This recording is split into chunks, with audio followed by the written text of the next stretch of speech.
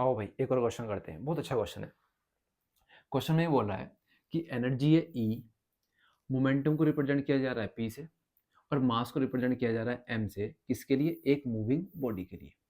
और उसने बोला है कि एनर्जी ई को, मोमेंटम पी को और उस मूविंग बॉडी के मास एम को रिलेट किया गया है एक इक्वेशन से, जो कि इक्वेशन यहाँ पर गिवन है। मुझे इन चार इक्वेशन में से बताना है कि सही इक्वेशन क्या है जो एक मूविंग बॉडी के मास, एनर्जी और मोमेंटम को रिलेट कर रही है। अच्छा, ऑप्शन के अंदर एनर्जी, मोमेंटम और मास के अलावा एक और चीज दी हुई है, सी। सी क्या दिया हुआ है? सी यहाँ पर दिया हुआ है, given that C represents the speed of light. C क्या है? हमारी स्पीड ऑफ लाइट है। दैट मीन्स सी जो है वो वेलोसिटी की तरह बिहेव करेगा, वो एक तरह की वेलोसिटी है। तो अब ये क्वेश्चन करना कैसे है? ये क्वेश्चन जो है हमारा, ये किस कंसेप्ट पर है? तो ये 11th क्लास के chapter number 1 units and measurement का जो एक कंसेप्ट होता है डायमेंशनल एनालिसिस, ये उस पर है। ये कंसेप्ट क्या बोलता है? वो ये बोलता है इस कंसेप्ट के अकॉर्डिंग दो फिजिकल क्वांटिटीज जो है ना हमारी, वो आपस में तभी ऐड और सब्ट्रैक्ट की जा सकती हैं या उनका कंपैरिजन तभी किया जा सकता है जब उन सबकी डायमेंशंस क्या हो? सेम हो। ठीक है? तो डायमेंशनल एनालिसिस हमारा इस बात को बोलता है कि दो फिजिकल क्वांटिटीज आपस में ऐड और सब्ट्रैक्ट वो तभी होंगी जब उनकी डायमेंशनल फॉर्मूला कैसे हो? सेम हो। या फिर दो फिजिकल क्वांटिटी आपस में कंपेयर, ये लेस देन, ग्रेटर देन और इक्वल टू का साइन है, वो हम तभी यूज कर सकते हैं दो फिजिकल क्वांटिटीज के लिए जब वो डायमेंशनली इक्वल हो, वरना हम नहीं कर सकते। तो यहाँ पर मुझे यही चीज चेक करनी है कि डायमेंशनली इक्वल है या नहीं है। इससे पहले मैं क्या करूंगा, मैं यहाँ पर कुछ चीज़ों की डायमेंशन लिख लूंगा जिन जिन चीज़ों की मुझको जरूरत पड़ सकती है। जैसे एनर्जी, एनर्जी की डायमेंशन क्या होती है? एनर्जी की डायमेंशन होती है mL/T-2। मास की डायमेंशन लिखने की जरूरत नहीं है, मास की तो m ही होती है। मोमेंटम p, p की होती है हमारी mL/T-1, ये होती है हमारी मोमेंटम की। मोमेंटम का फॉर्मूला भी लिख लेते हैं। मोमेंटम का फॉर्मूला क्या होता है? p इक्वल्स टू होता है मास इंटू वेलोसिटी। अगर जैसे यहाँ पर वेलोसिटी c दी हुई है तो मैं कह सकता हूँ p इक्वल्स टू होगा m इंटू c। ओके, इतनी चीज हमने यहाँ पर लिख ली है। अब एक चीज यहाँ पर ऑब्जर्व करते हैं। ऑब्जर्व करने वाली चीज क्या है? ऑब्जर्व करने वाली चीज ये है कि E और P आपस में सेम डायमेंशन नहीं रखते हैं। E और P जो है वो आपस में सेम डायमेंशंस नहीं रखते हैं। ठीक है, एक चीज तो हुई हमारी। और अगर E और P आपस में सेम डायमेंशन नहीं रखते हैं तो इसका मतलब है E स्क्वायर जो होगा वो भी P स्क्वायर के इक्वल डायमेंशन जो है नहीं रखेगा। ये भी ऑब्वियस है। अब यहाँ पर चारों ऑप्शन में जो इक्वेशन हमें गिवन है उसकी लेफ्ट हैंड साइड जो गिवन है उसमें हर एक जगह क्या लिखा हुआ है? E स्क्वायर लिखा हुआ है। लेकिन अगर मैं शुरुआत के दो ऑप्शन पे ध्यान दूं, यहाँ पर क्या लिखा हुआ है? M square C square. यहाँ पर क्या लिखा हुआ है? M square C square. तो क्या मैं ऐसा कह सकता हूँ इधर एम स्क्वायर सी स्क्वायर को मैं एम इंटू सी का होल स्क्वायर लिख सकता हूँ, जो कि आगे चल के पी का स्क्वायर लिखा जा सकता है। इसका मतलब है कि ये जो इतना वैल्यू है, ये वैल्यू गिवन है P square, that means momentum का स्क्वायर। तो मोमेंटम का स्क्वायर किसी चीज में ऐड होकर के एनर्जी नहीं बन सकता है। That means option number A हमारा क्या है? गलत है। ये डायमेंशनली इनकरेक्ट हो गया। सेम टू सेम यहाँ पर ये एम स्क्वायर सी स्क्वायर क्या गिवन है? ये हमें गिवन है मोमेंटम का स्क्वायर। तो मोमेंटम के स्क्वायर को किसी भी क्वांटिटी में ऐड करके तुम एनर्जी का स्क्वायर नहीं बना सकते हो। एनर्जी के स्क्वायर में एनर्जी का स्क्वायर ऐड होगा और फाइनल रिजल्ट भी क्या बनेगा? फिर एनर्जी का स्क्वायर ही बनेगा। तो इन इक्वेशन के सही होने के लिए अगर यहाँ पर एनर्जी का स्क्वायर है तो यहाँ पर भी एनर्जी का स्क्वायर होना चाहिए और यहाँ पर भी क्या होना चाहिए? एनर्जी का स्क्वायर ही होना चाहिए। सेम टू सेम अगर यहाँ पर एनर्जी का स्क्वायर है तो यहाँ पर भी एनर्जी का स्क्वायर होना चाहिए और यहाँ पर भी क्या होना चाहिए? एनर्जी का स्क्वायर ही होना चाहिए। तो ऑप्शन जो स्टार्टिंग के दो हैं वो तो हो गए गलत, क्योंकि उसमें जो है बाद में क्या बनना है? यहाँ पर ये मोमेंटम बन रहा है, ऐसे यहाँ पर क्या बन रहा है? यहाँ पर मोमेंटम का स्क्वायर हमारा बन रहा है। तो दो ऑप्शन हो गए गलत। अब हमारे पास दो ऑप्शन बचे हुए हैं, क्या दोनों को चेक करने की जरूरत है? नहीं, किसी एक को चेक कर लो। अगर वो सही निकला तो अच्छी बात है, वही करेक्ट आंसर हो जाएगा, और अगर वो गलत निकला तो फिर दूसरा वाला आंसर सही हो जाएगा। और इसमें भी देखो क्या चीज चेक करनी है।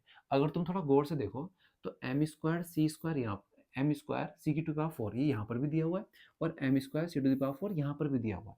ये तो दोनों में ही कॉमन है। तो चेक क्या करता हूँ? चेक केवल ये वाली टर्म कर लेता हूँ, ये पी सी स्क्वायर जो गिवन है हमें, ये जो यहाँ पर पी सी स्क्वायर गिवन है, अगर ये एनर्जी का स्क्वायर आया तो ये वाली इक्वेशन सही, और अगर पी स्क्वायर सी स्क्वायर आया हमारा एनर्जी का स्क्वायर तो फिर ये वाली सही। तो किसी एक को चेक कर लेते हैं। मैं चेक करता हूँ ऑप्शन नंबर 3 को। ठीक है, तो ऑप्शन नंबर 3 के लिए चेक करते हैं। ऑप्शन नंबर 3 में लिखा हुआ है पी सी स्क्वायर, अब p की डायमेंशन क्या होती है, ये होती है mlt-1 और c square that means velocity का स्क्वायर, तो lt-1 की पावर 2। यहाँ से मुझे पता चला ये तो mlt-1 है, और अगर मैं इसका स्क्वायर करता हूँ तो ये l टू द पावर 2 और t to the power minus के 2। यहाँ से क्या बना, ये बना ml3 और t minus 3, minus minus power एक जगह ऐड हो गई, ये l की पावर पॉजिटिव थी, यहाँ पॉजिटिव, दोनों ऐड होकर के 3 हो गए, ये -1 -2 ऐड होकर -3 बन गया। ये क्या बना हमारा, पी सी स्क्वायर की डायमेंशन आई।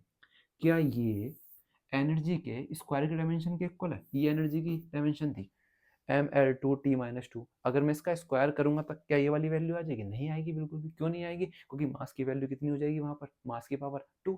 यहाँ पर m की पावर जो मास को रिप्रेजेंट कर रहा है उसकी वैल्यू कितनी है, उसकी पावर कितनी है, उसकी पावर है हमारी 1। That means P C square जो है ये ई स्क्वायर नहीं है, एनर्जी का स्क्वायर नहीं है।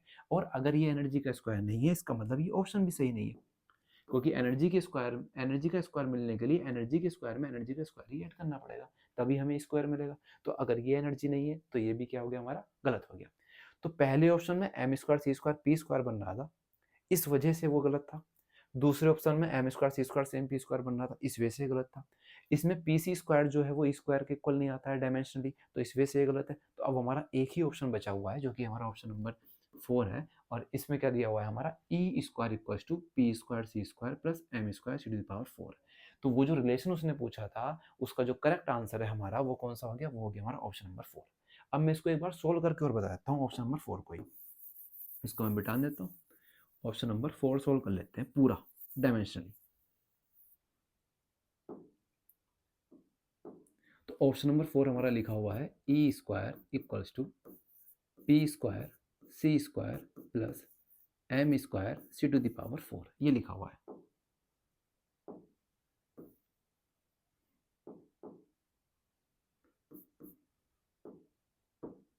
अब देखो ई स्क्वायर का मतलब है M L to T minus 2 और इस पूरे का स्क्वायर। पी स्क्वायर का मतलब है पी की डायमेंशन है हमारी एम एल टी माइनस 1 का स्क्वायर, और सी स्क्वायर का मतलब है एल टी माइनस 1 का square plus M square that means M और इसका स्क्वायर, सी की power 4 that means L T minus 1 और होल टू द पावर 4। अब यहाँ पर अगर ये सोल्व होगा, ये m to the power 2 l to the power 4 t to the power -4, ये आया हमारा।